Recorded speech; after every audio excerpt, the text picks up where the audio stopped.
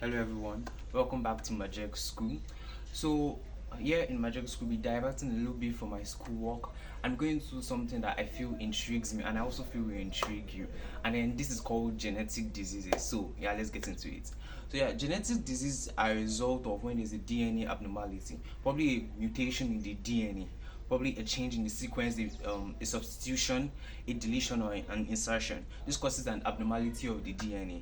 So now, in the previous video I talked about under the course molecular biology, I talked about transcription and translation, how proteins are being synthesized from the DNA after it has been converted to the mRNA. So now, when there's a DNA abnormality, this causes either the production of a protein of partial function or the protein is actually absent. Now, this then results into what we know as these genetic diseases and also inborn errors of metabolism, where the protein being synthesized in particular is an enzyme, and now there's a defect or a deficiency of that enzyme. So now this causes error in metabolism of the body system. I'll be going into more examples, or we're going to examples of this inborn error of metabolism. But for today, we'll be talking about sickle cell, which is just a genetic disease. It doesn't deal with any metabolism. We're talking about sickle cell. Sickle cell is very common in the society, and we know sickle cell is characterized by the shape of the cell, of the red blood cell.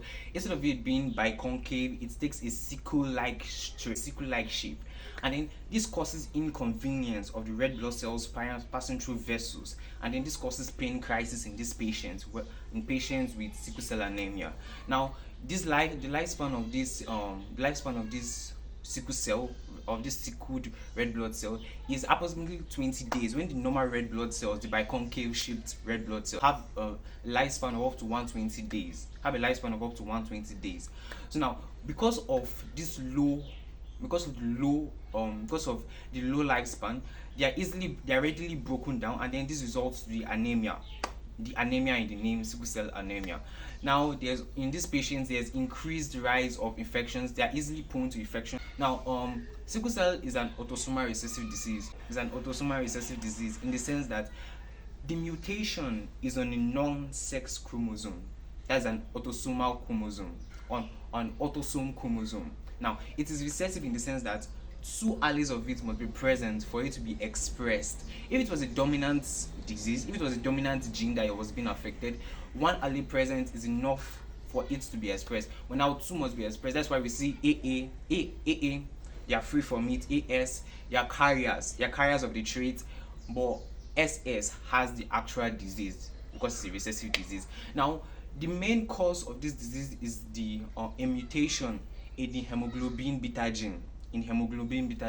Now, in the red blood cells, there's something called the hemoglobin that helps in the transportation of oxygen. So now, what forms the hemoglobin are four proteins, two alpha chains and two beta chains. But now, the problem is with the beta chain. So now, a mutation on the beta chain, or a mutation in the hemoglobin beta gene, is what causes sickle cell. So here, the mutation that occurs is a point mutation, and it occurs on the 7th amino acid of this beta globin chain.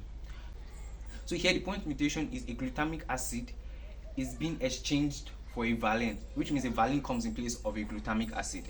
So now, when the beta chain has been fully synthesized, on the 7th amino acid, instead of a glutamic acid to be present, a valine is present, and that is what causes the mutation and brings about the S allele. So now, with the knowledge of sickle cell, this has helped scientists, or helped modern knowledge, or helped modern medicine to be able to prevent the occurrence of this genotype SS.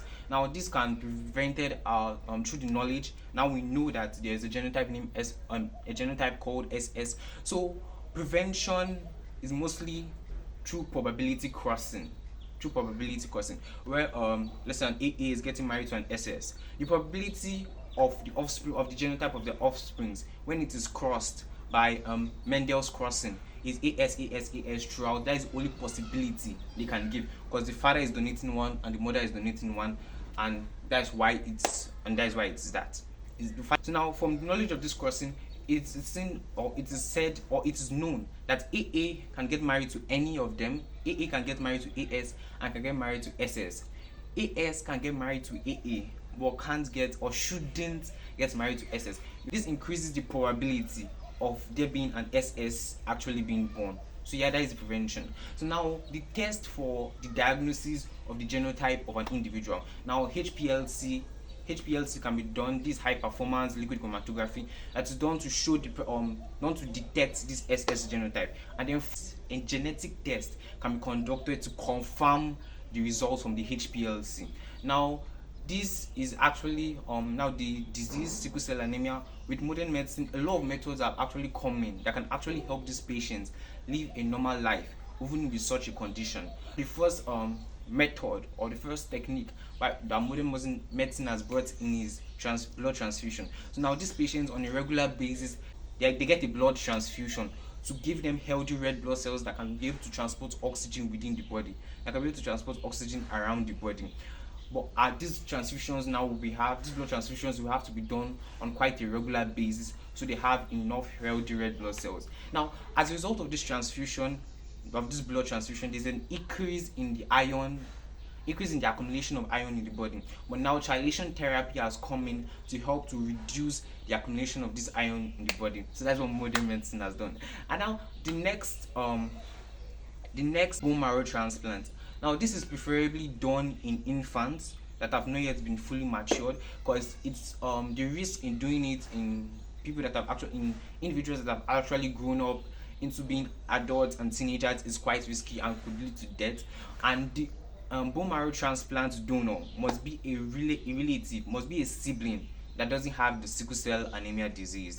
And lastly, I talked about them having pain crisis as a result of the sickle shaped red blood cells trying to pass through the blood vessels, and then because of the shape, it's not able to easily pass within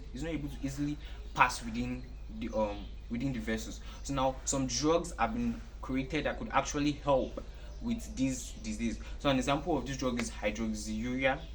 It helps to relieve pain in this patient, and also L-glutamine oral powder is also used to relieve pain in this individual.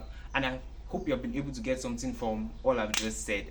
So next we'll be going into PKU, phenylketonuria, which is actually an inborn error of metabolism, and that is very intriguing. So I look forward to seeing you in the next video. Thank you, and don't forget to like and subscribe.